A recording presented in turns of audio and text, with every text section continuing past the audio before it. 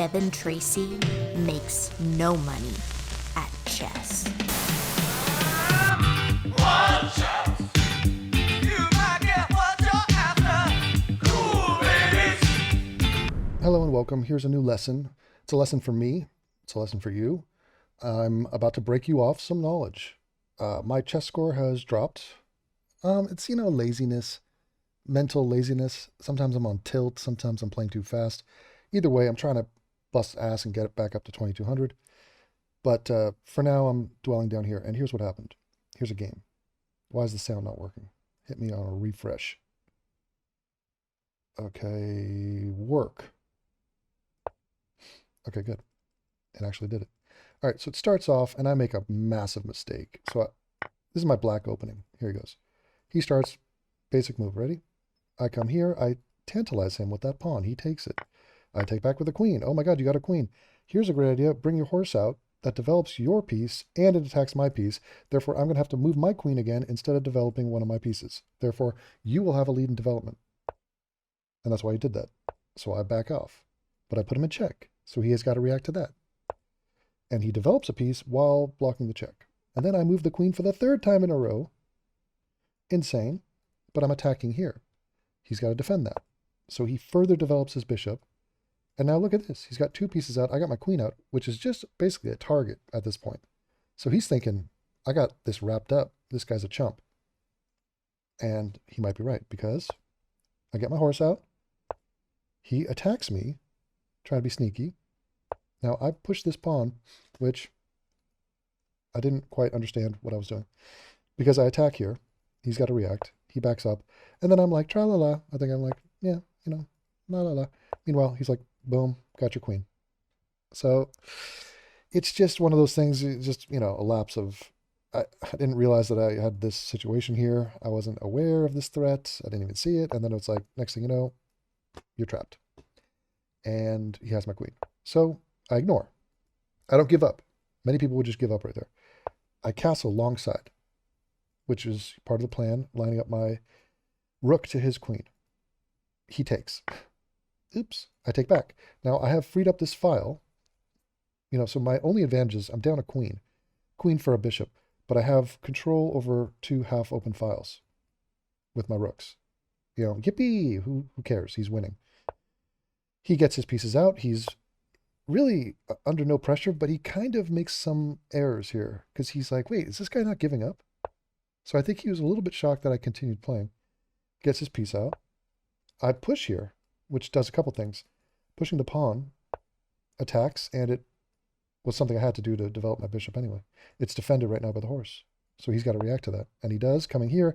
Now here's the question. He wants to trade shit off because he's up a queen. Can I avoid this trade? No, because he's pinned me. I can't let him take my rook. So he's going to take there. So I just basically, I slide to here. And the question is, when he takes, do I take back here or here? And the answer is I take back with a pawn. Because these two doubled pawns are weak. But now, this little quartet is much more powerful. Looks prettier too. Comes down here, he's looking to take here. Now this is when I realize the party's over for my little foursome. And because I can't have him take my bishop. I want my bishop pair. He has no bishops. That's the one advantage for trading your queen for a bishop. He doesn't have the bishop pair, but I do. So I want to preserve it. So I have to back off here. But that means that's open, and he takes. And now he's hunting this. He's happy to take that trade. Comes in, snipes a pawn, and then just takes my bishop. This guy just wants to get down to the endgame where his massive queen is a huge advantage. So I get my bishop out of the way of this trade. Now this guy's kind of offsides here. You see this? Where is he going to escape? Can't go there, can't go there, can't go there, can go there-ish. So I put a little pressure on him. And I think he slides to here, right? Because it would be take. But I'm still got my eye on that dude. So I slide my horse up here, just centralized, very safe right there. But I think probably will be challenged. Yeah, he wants to trade that. I ignore, because that trade, I guess it's inevitable. If some guy's hell-bent on trading with you, he's going to get some pieces off, but I'll still have my bishop pair. So I push pressure here. Now the question is, where can he go? He's got options, actually. But he takes here. He's hungry for that trade. Takes. Now I have to take back here. I can't take here because he's got this, and that is nasty. So I got to get rid of him. Boom. Take. Then he pushes here. He ignores this threat, and he pushes here, which is a weird choice because I can just take that, and I do. So I don't know what, he's trying to be cute or something. I just take. And then he backs off here. He's got a double threat, and this is what he wants because of that fork. I think I slide back here defending. Yeah. So I don't let him get an extra pawn. I have taken a pawn. You know? So I got 1, 2, 3, 4, 5, 6. 1, 2, 3, 4, 5, 6. Yeah, he had stolen that pawn off my quartet. So I've evened up the pawn count, but I am still down significantly. I'm down, well, I got a bishop for a queen. He castles this side. Now, the one thing we remember is this file is open. That was the one advantage of taking back with the pawn when he took my queen. So I push. My pawn's on the side. What else are they doing? What are these guys doing? Nothing. Push him back. Okay. Everything defended. Nice. Now we slide over and occupy this. Thought being, maybe bring the bishop here. Something like that. He pushes up here. Do I take? Do I want to trade? In general, you're down. Do you want to trade? No. So I push. Fortified. It's nice. You like that? Where's this guy going, by the way? Here? Maybe. Can't go there. It's defended.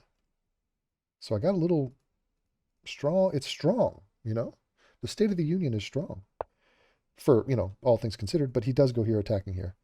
And I slide this way. Why didn't I slide here? Well, because this is an open file and he would have just come over and attacked it. Then I could have slid back, I guess. But actually, he's going to attack it either way. So, yeah, here he comes. So this move is coming. Check and fork. But I have connected rooks here. And so I'm just not going to let him do that. Slide over here. Take control over this file. And once again, I have control over the two open files on the board, which I like. So I push him back. He slides back here and he's attacking my bishop. What do we do? What would you do? Slide back. Calm. Protected. Nice little hovel here for my king to exist in. And now he challenges on the open file, to be predicted. Now, in this situation, you don't want to trade, because then if you initiate the trade, he takes back, then he controls the file. He would have his rook here. If I wait for him to take me, then I take back, then I control the file. So patience is a virtue here. But also, I have this, and I tuck in here with this pawn. And the idea is, if he takes, I take back. Now I have a passed pawn, but also have a revealed check coming against the king. Now he can't resist, and he's like, fuck this guy. Takes me. I take back. And now you see this? It's not that crazy or dangerous, because if I push here, he'll just slide to there. It's like, ooh, scary attack. Now my pawn is just hanging out there, being attacked twice by his pieces. So it's really not much of anything, but it looks better than it actually is. He comes over here, playing it safe, defending. Now, should I push here? Okay, but what does it lead to? See, because if I push here with the pawn would be covering the square, so the king couldn't go there. The king would have to hide from the check and go into the corner. And then I do what? Take the pawn? No, he just take me back. I do nothing. I got nothing. So I freeze, and I'm paralyzed in fear and self-doubt. And then I play this move. Kind of a waiting move. And I think the idea is I want to mobilize this bishop. So I need to protect this pawn. Because right now this bishop is babysitting that pawn and is acting like a pawn. His queen comes here, and the threat is again this. He wants to penetrate my defense. And how do I avoid it? I slide to here. Because now this guy's freed up from babysitting duties. Or actually, this guy was babysitting. Somebody's got to babysit the pawn, basically. But I'm defending, and I'm sort of on a central square here. This is nice. He pushes here, just getting his pawn up on my business. I slide this guy back here, attacking a defenseless pawn. Because the queen is no longer defending that pawn, because he pushed this pawn. So I'm looking to take here. He then takes here, dirty. And if I take back, I do. He slides here. Now he thought he had something masterful there with a fork. So how am I going to defend this bishop and this? He's attacking both.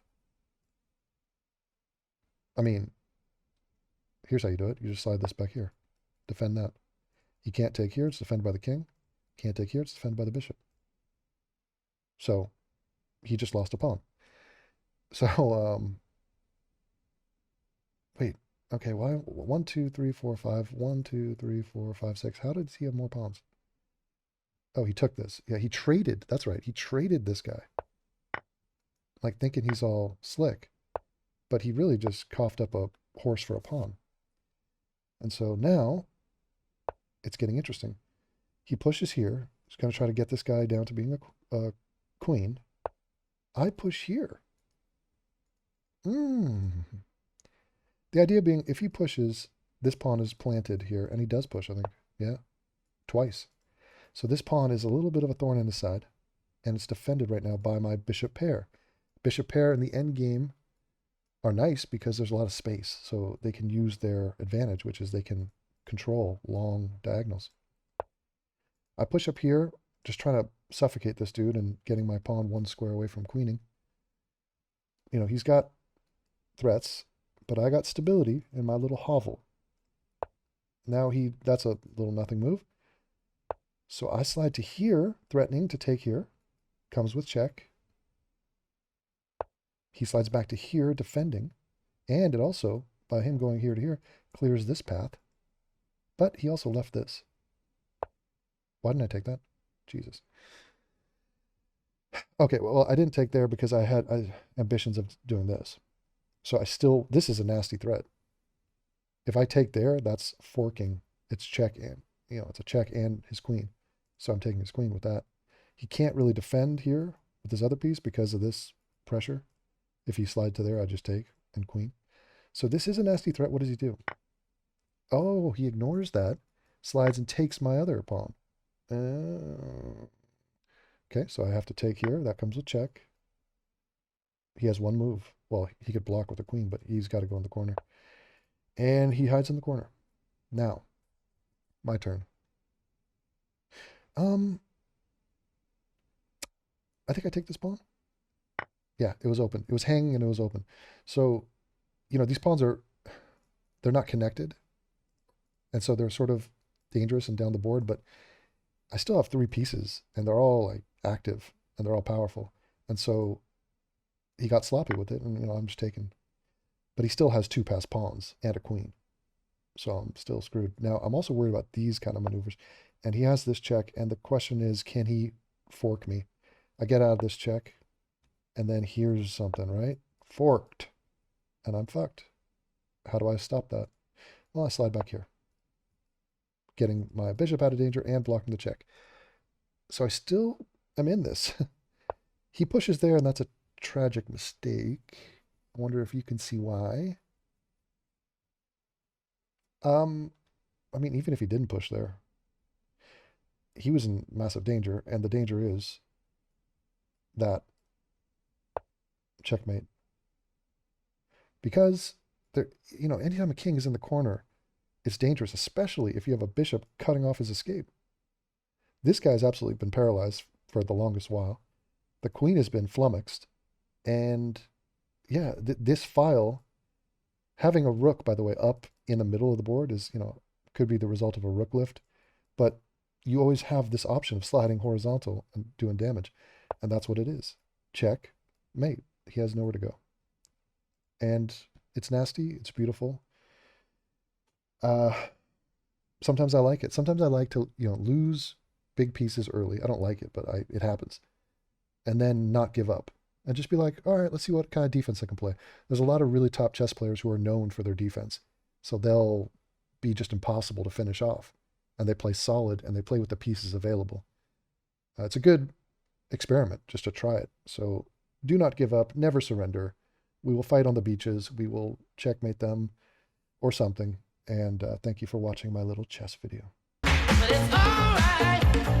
Devin Tracy makes no money at chess.